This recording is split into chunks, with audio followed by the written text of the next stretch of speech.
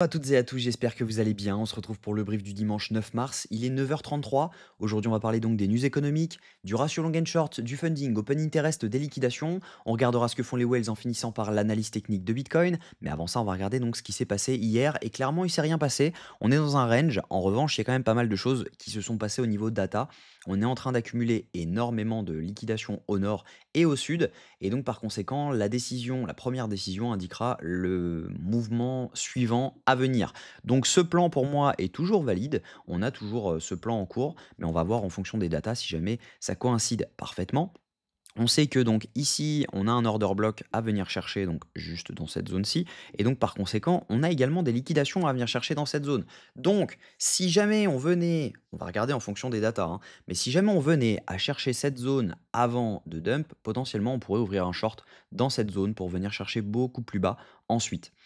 En revanche, si jamais on valide en dessous sans liquider les liquidations qu'on a au-dessus, ça serait vraiment bullish parce qu'on liquiderait donc tout ce qu'il y a à prendre sous cette mèche et derrière on pourrait potentiellement repartir en étant potentiellement rejeté dans cette zone.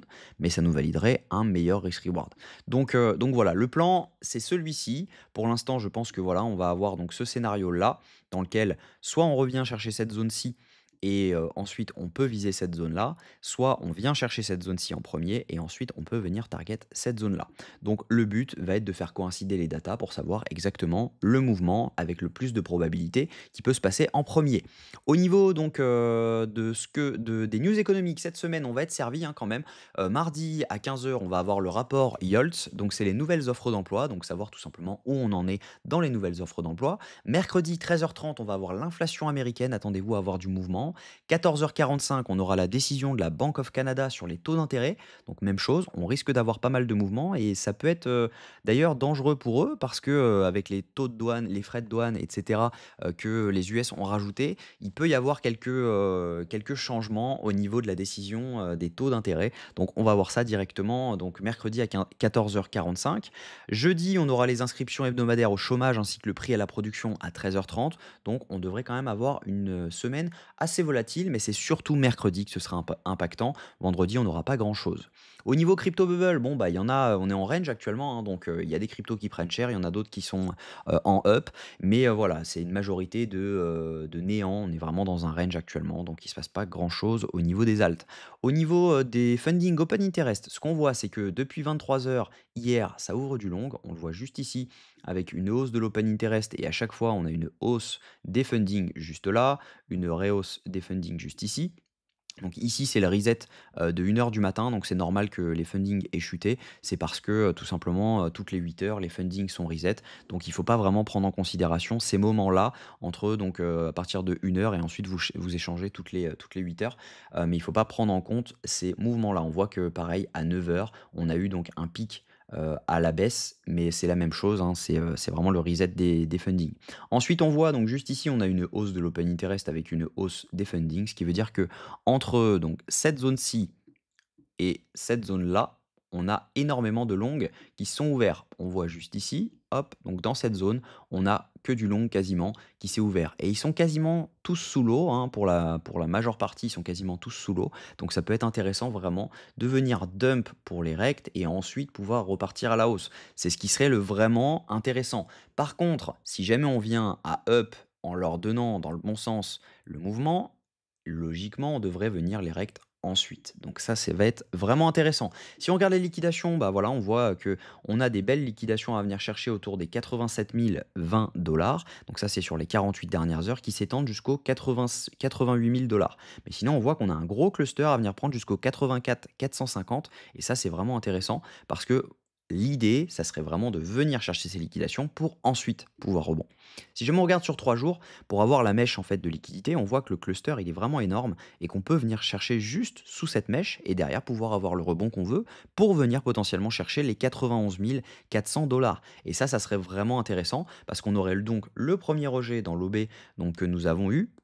Derrière, on valide un setup, donc on est rejeté, on valide notre setup grâce à ces prises de liquidité. Et ensuite, donc on viendrait potentiellement chercher les 91 300 dollars. Mais ça, c'est dans l'optique où on liquide d'abord la baisse et ensuite on garde toutes les liquidités pour venir chercher à la hausse.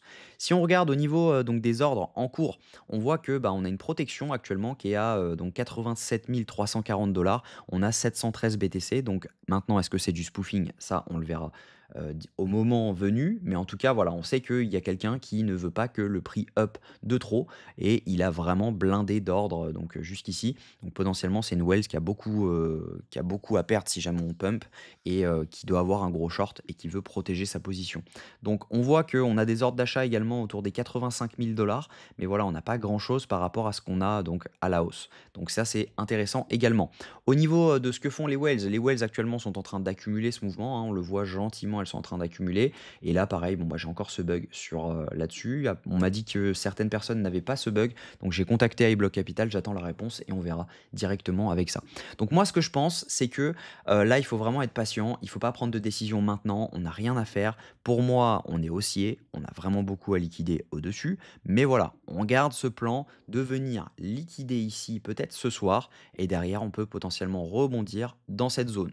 En revanche, si jamais on vient directement chercher cette zone-ci, donc faire quelque chose comme ça, je pense que ça sera vraiment intéressant de short pour venir target donc les liquidités qu'on a juste ici. Donc ce sera un premier TP à chaque prise de liquidité, donc potentiellement celle-ci, l'équal low et ensuite donc cette liquidité-là. Et je pense que le risk reward pourrait être vraiment intéressant. Donc ça, je le collerai directement sur le Discord, donc sur l'école si je viens à prendre ce trade, mais en tout cas le risk reward peut être intéressant parce qu'on serait sur un 1 sur 3, donc plutôt pas mal. Et si jamais on vient à liquider donc à la baisse, on aurait donc ce mouvement-ci.